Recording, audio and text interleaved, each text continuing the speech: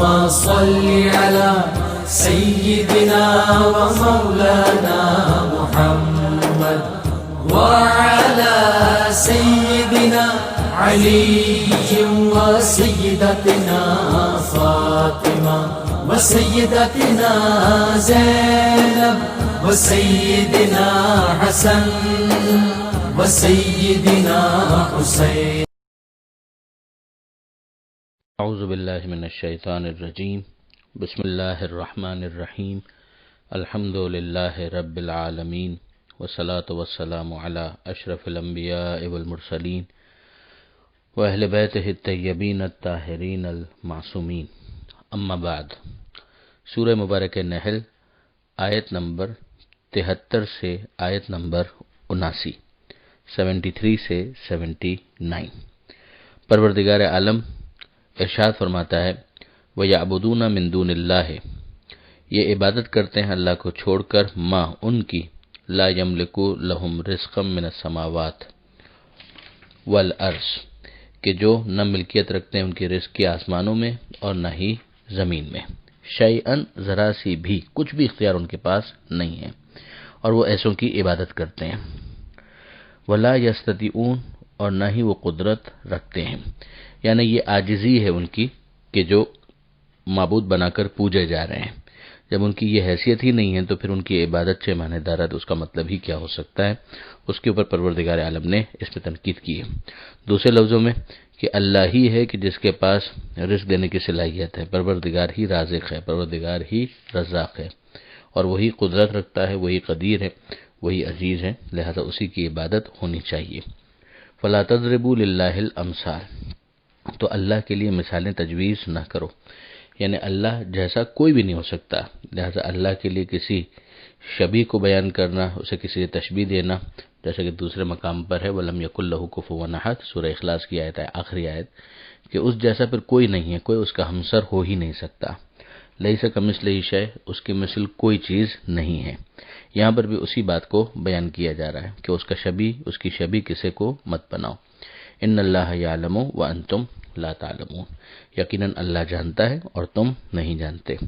اب یہ کہنے کے بعد کہ اللہ کے لیے مثالیں تجویز مت کرو، اب پروردگار عالم دو مثالیں بیان کر رہا ہے. ظاہر ہے کہ یہ اللہ مثال بیان کر رہا ہے، اللہ کے لیے مثال بیان نہیں ہو رہی ہے. اور پہلی جو مثال ہے وہ انتخاب وسیلہ سے متعلق ہے.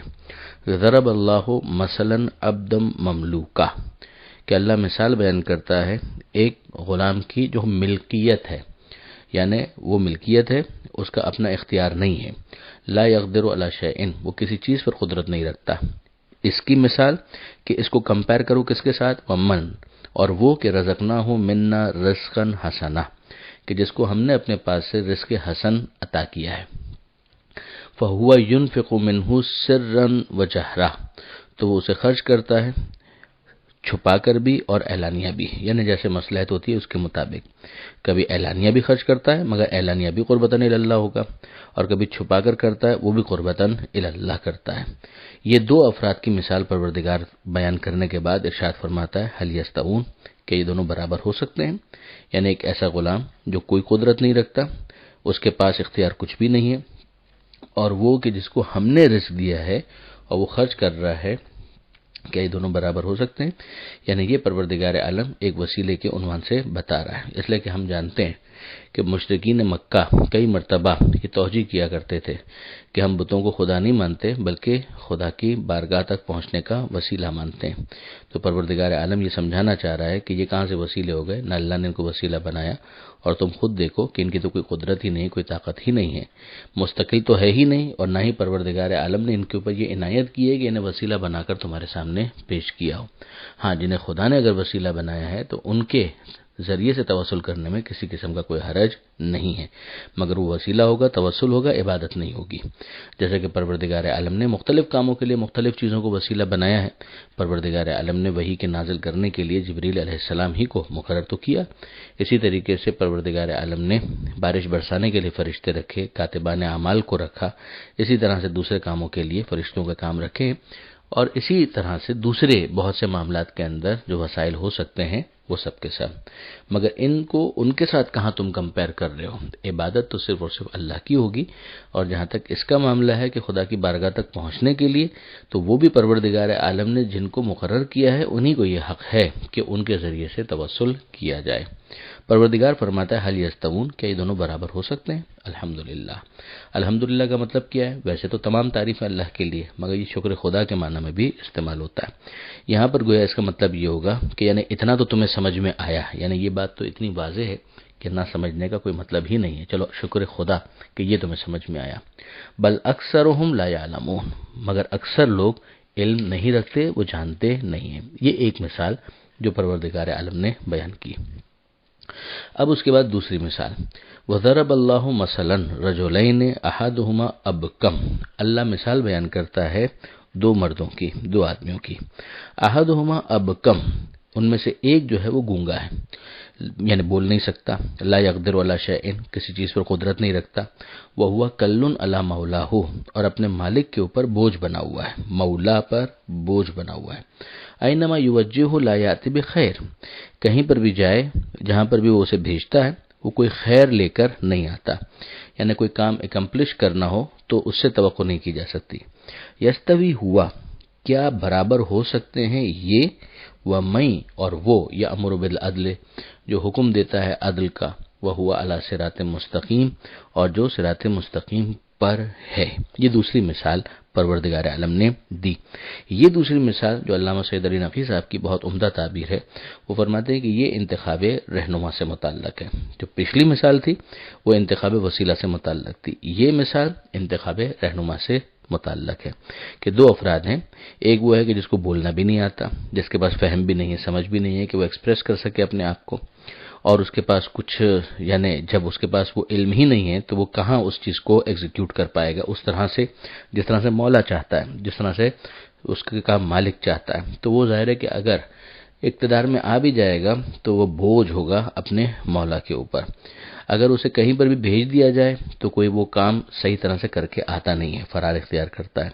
کیا یہ اس کے برابر ہو سکتا ہے جس کا اٹھنا بیٹھنا بولنا حکم کرنا سب کچھ عدل ہی عدل ہے، اور اس حد تک عدل ہے کہ وہ اگر محراب میں شہید بھی ہو جائے تو مورخین لکھیں کہ قتل فی المحراب لشدت عدل ہی، کہ علی قتل کر دیے گئے محراب میں اپنی عدالت میں سختی کی وجہ سے، وَهُوَ عَلَى صراط مستقیم، اور وہ صراط مستقیم پر ہے، یعنی ذرا سی بھی کجی اس کے اندر نہیں ہے۔ یہ معصوم ہونے کی ہی دوسری تعبیر ہے کہ ذرا سا بھی ادھر ادھر انحراف نہیں ہوگا تو پھر نتیجہ کیا ہوگا کہ پوری طرح سے زندگی مستحکم ہوگی، منظم ہوگی مرضی مولا کے مطابق۔ یہی ایسے وہ افراد ہیں کہ جن کے لیے پھر پیغمبر اکرم صلی اللہ علیہ وآلہ وسلم کا وہ جملہ سچتا ہے کہ من کنت مولا ہو فہذا علی مولا، کہ جس کا میں مولا ہوں اس کے علی مولا ہے۔ بہرحال غور و فکر کے لیے ایک سامان ہے جس پر سوچنا چاہیے۔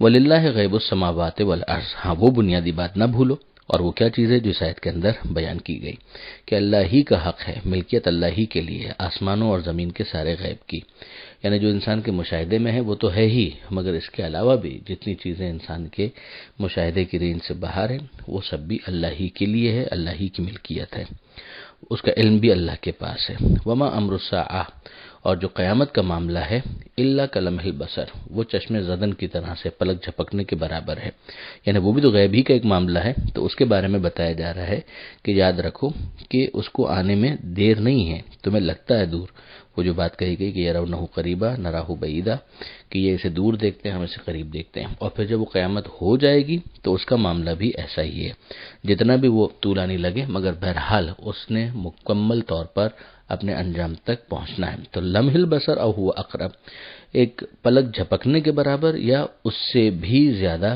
قریب ہے، یہ صراحت آ گئی کہ قرب قیامت کی بات ہو رہی ہے۔ ان اللہ علی کل شیء قدیر، یقیناً اللہ ہر چیز کے اوپر قادر ہے۔ اب اس کے بعد پروردگار عالم ایک اور نعمت کی طرف متوجہ کرتا ہے، اور وہ کیا ہے کہ پروردگار عالم نے انسان کو جب پیدا کیا تو اس کے پاس کہاں علم تھا۔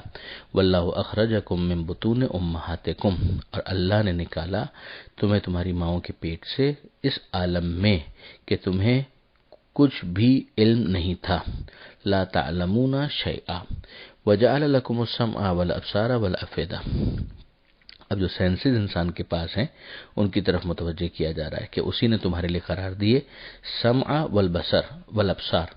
السمع یعنی سننے کی طاقت کان، والابصار یعنی دیکھنے کی طاقت آنکھیں، والافئدہ اور تمہارے لیے دل قرار دیے کہ جو انسان کے شعور کے لیے قرآن مجید کی ایک تعبیر ہے کہ انسان جو سمجھتا ہے، جو ادراک کرتا ہے، جو انٹلیکٹ اس کے پاس ہے، جو سوچنے سمجھنے کی صلاحیت ہے، اس کے لیے قرآن مجید کی ایک اور تعبیر ہے الافئدہ، کہ پروردگار عالم نے یہ سمجھنے کی اور سوچنے کی صلاحیت بھی تمہارے لیے قرار دی، جن کو انسان یوز کر کے پھر اپنے علم میں اضافہ کرتا ہے.